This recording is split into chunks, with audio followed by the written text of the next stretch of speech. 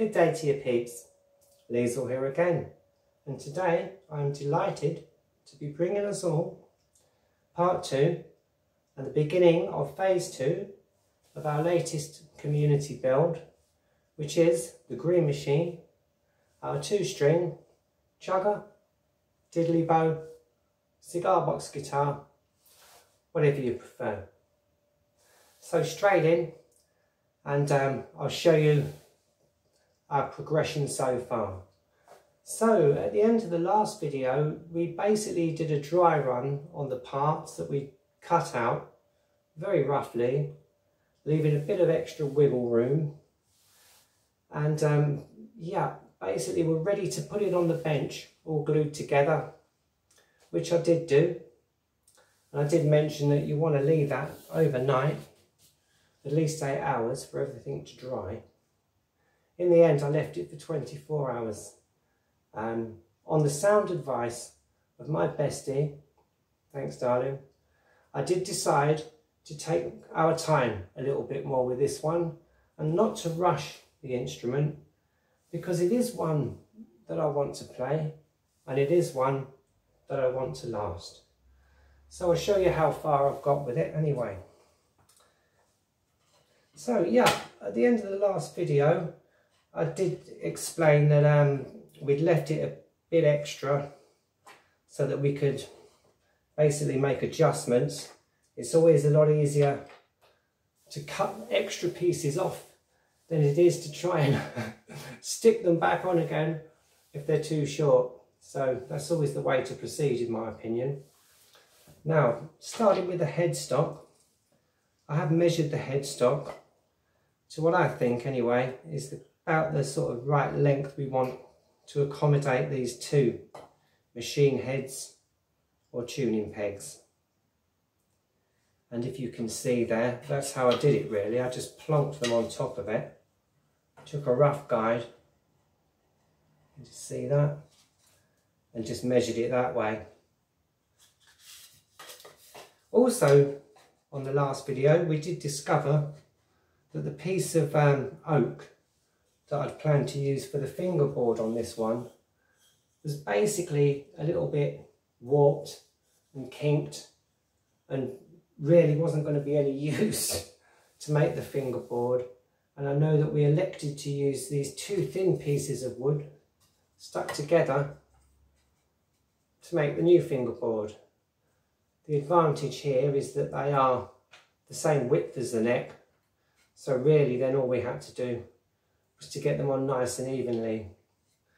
As we are going to paint all this part green, but we are going to stain this fingerboard, and I decided to stain it with some of Liesl's famous homemade, homespun, non-toxic, pure natural ingredients, organic wood stain.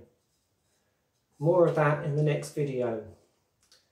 But yeah, so then basically that'll be the same width. We haven't got to worry about filing onto the neck and avoiding so much of the paint. I'm going to have to file the neck at the bottom, and yeah, that will have to be done after the fingerboard goes on. The reason being, once you've rounded the neck off, it's very hard to clamp it to the bench. But again, I will explain that further and I will show you. So it's all a bit experimental really, but I think I've decided pretty much how I'm going to go about it. Now, on several builds that you may have seen, quite often we will cut the box so that the neck kind of inserts slightly into the lid and there's a little recess in the lid. But on this one, we're going to do it so it just meets up with the edge of the box.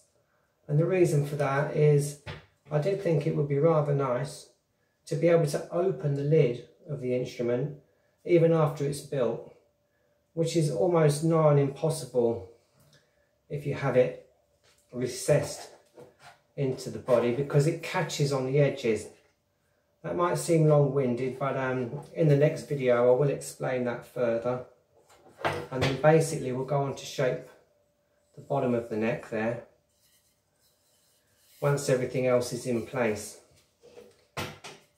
But the one thing I wanted to show us today was basically how to trim this part and how to level this part so that it all fits nicely into the box, and also so it fits nicely with the height of the tuners, because as you can see this wood's pretty deep, and yeah, we want those to poke out of the top where the holes for the strings are. So all pretty self-explanatory, and I'll show you a bit of a revision really, how I would go about that anyway. So take quite a soft pencil because you don't want to score the wood too much, but we do want to be able to see visible markings. And what I generally do is just hold the peg on the back, so where it will screw in there, just literally hold it on, and just make a pencil mark to the depth that we want to go to, about there. And as you can see, it doesn't have to be exact because we are going to file it, but that's about the right height. So I'd say that's about ½ an inch probably on this piece, and just make a couple of marks at that height really, along the length of the headstock, just to give us a rough idea of how far we need to go when we take that excess material out. I do the same at the end, so just make a little mark, and the same on the other side, basically making sure that we're doing the right side, the front of it and not the back of it, as I almost did there. Hence, take your time and do it properly. There you go, Liesl. Way to go. And once you've marked all that out, I mean, you can either just take a ruler and draw that in, or get your square, which I think's easy. There's not a lot to sort of grip that with or to hook it, but again, it doesn't have to be perfect, right? If you just get a rough idea, just put it flat on the bench, because we are going to file this anyway, and I'll show you how we get that nice and flat. And just draw a line there, and then once you've done that, you can just take it to about there, like so. Same on the other side.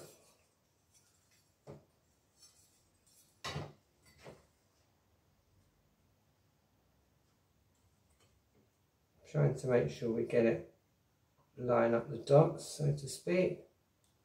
It doesn't have to be perfect, like I say, as long as it's fairly much there. And then hopefully, you can see, we can just do the end. And that's really just to give us a bit of a guide. You will see that they do sort of line up.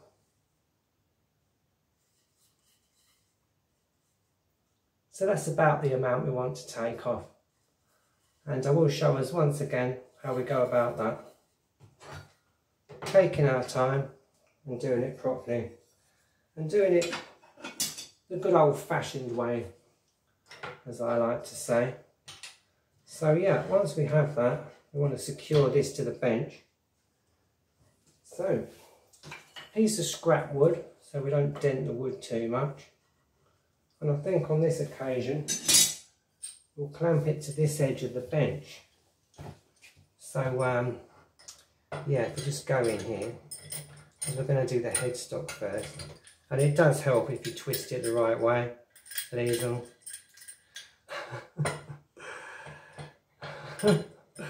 Hence, take your time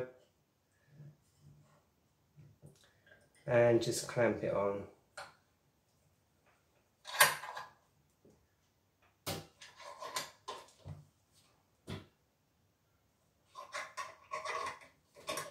And there we go.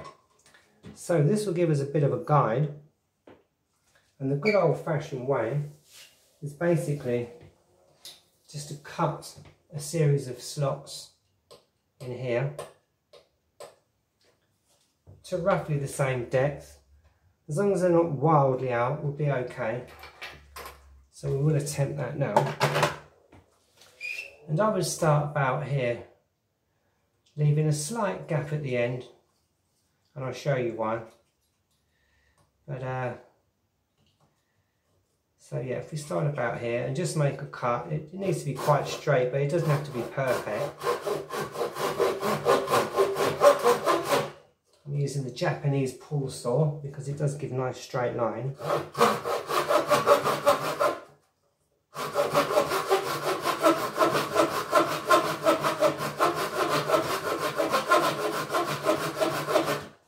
And then you can check back and front.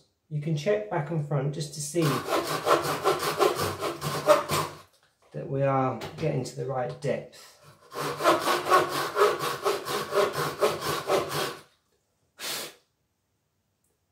It's about right on the back, slightly more at the front end. And there you go, you can see we've got a nice little slot that hopefully you can see does run just to the sort of level of that line. Now what I would do then is go quite close to that, so about 1/8 of an inch, and go again.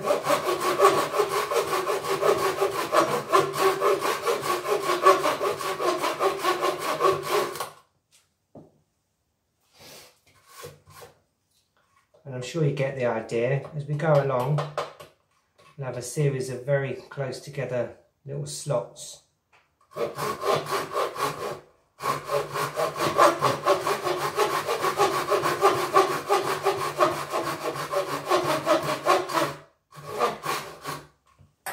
Always having a look. You see they're not quite deep enough, so if we go a little bit further.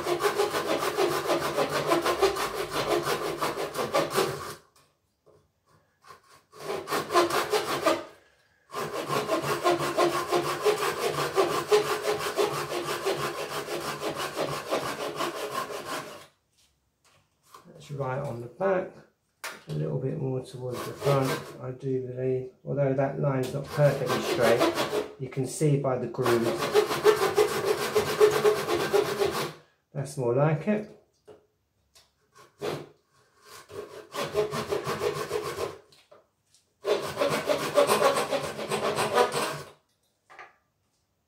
And I would say for this, the closer together you can get them, the better. Now obviously if you're using a jigsaw or something like that, you can just cut that out. But this is the good old-fashioned way to do it with hand tools.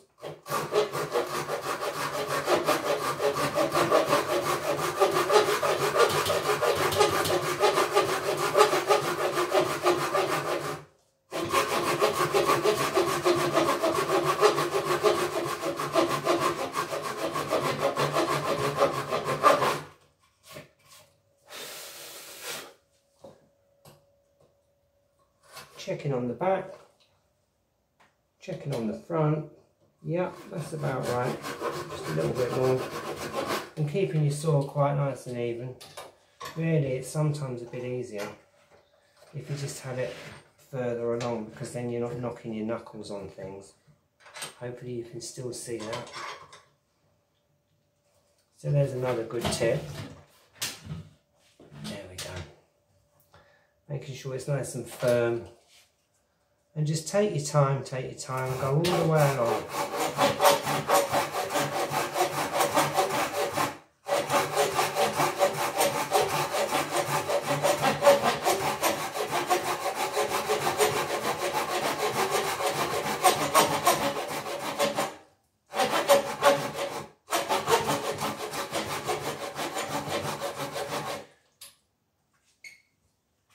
There we go.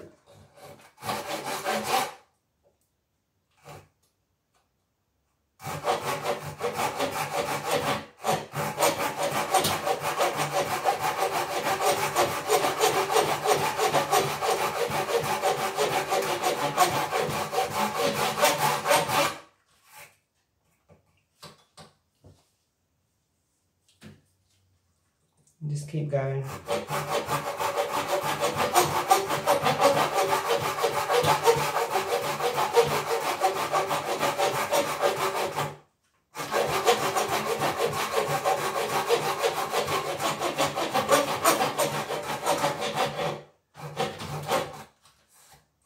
Always checking that it is nice and even.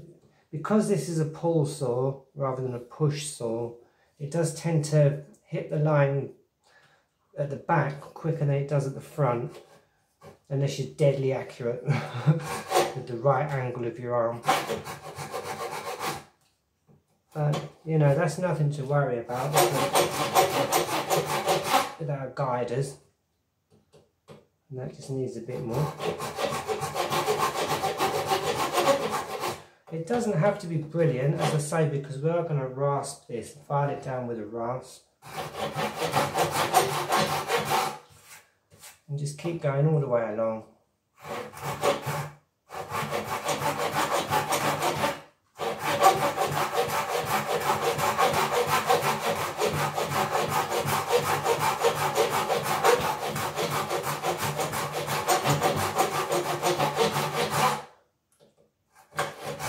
Already that's about halfway. It is worth getting them as close together as you can, because it's a lot easier when we come to lift these pieces out. So I just basically eyeball, it's about 1/8 of an inch, a couple of millimeters.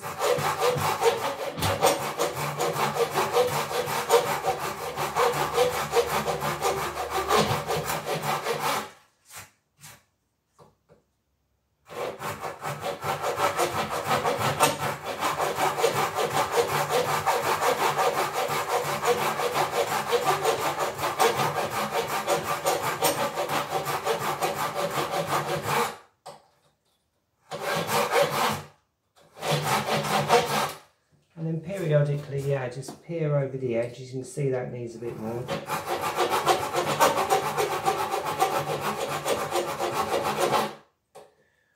There.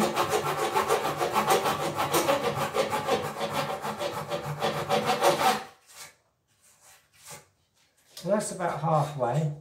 And I will show you basically, because that will make it easier to see what we're going to do next. And then you can take a chisel, or if you don't have one, so you can see, you can use a screwdriver or something like a flat blade screwdriver.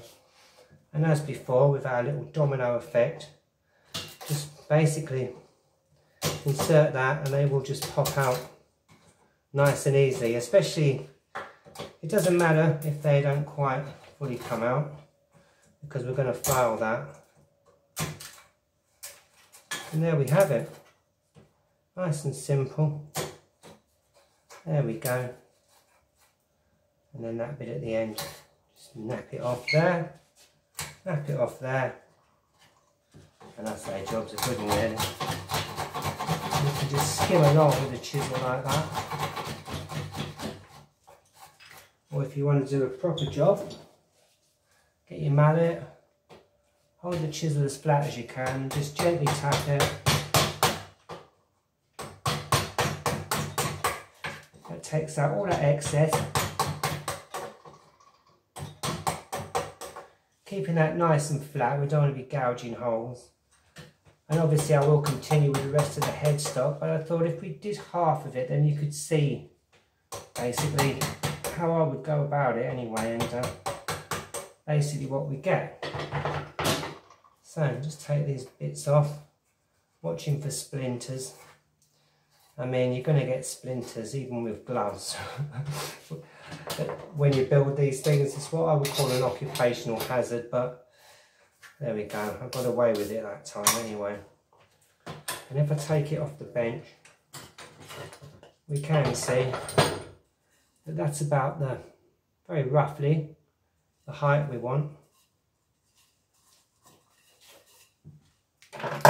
And yeah, should at least be more or less, which it is, the height. Once that's under there, just about right to receive the machine heads, the tuning pegs. And I will continue, obviously, taking my time, all the way to the end so that we've got the nice even headstock. Then it will just be a case of filing that down with our trusty, my preferred anyway, Japanese rasp. And that'll just simply rasp along there. I won't do it now because it's not secured to the bench. Now with this part, we did discover that a very small amount of material needs to come off. It's not even a millimetre, it's about half a millimetre. So really, for that, I would just have it on the bench and just literally file that very briefly. That will take it off, and there's no need to cut the slots for that part because we're not going in very deep. And again, there'll be more on that on the next part. So yeah, I mean, that's about it really for this video today. I just wanted to show us that. I know there are one or two of us planning our own builds. So I wanted to kind of show everybody as precisely as I can and as thoroughly and concisely as I can, just exactly how I would go about it. It's all good revision, and yeah, you can never have too much of that. So you will notice that the second part of the fingerboard is slightly shorter. Again, that's intentional, it's to give us the angle, because you want a bit of an angle for the strings, and I probably will nap that edge and there, so we've got a nice curve. But again, more of that in the next video. And yeah, that's basically it for today, peeps. So once that's all together, yeah, it will slot into the box like so. And as you can see, it's beginning to look ever so slightly guitar shaped. And I say, yeah, for today, job's a good one. So there it is, peeps. The beginning of phase 2. In the next video, we'll continue phase 2, where we will begin to dress the box, and I will show you how I go about that as well. Yes, I will need to use the big scary drill for that. As you know, that frightens the living daylights out of me because it's so powerful, but I'm not strong enough to do it any other way. So I thought we'd do that at its own video and not do that today. I think that's enough for today. As I say, we're going to take our time with this one and end up with a really nice result. So, as ever, that only leaves for me to say, wherever you are, do stay safe. Whatever you're doing, do stay blessed, and whatever life brings, keep building. Okay then, peeps. Bye for now then. Bye.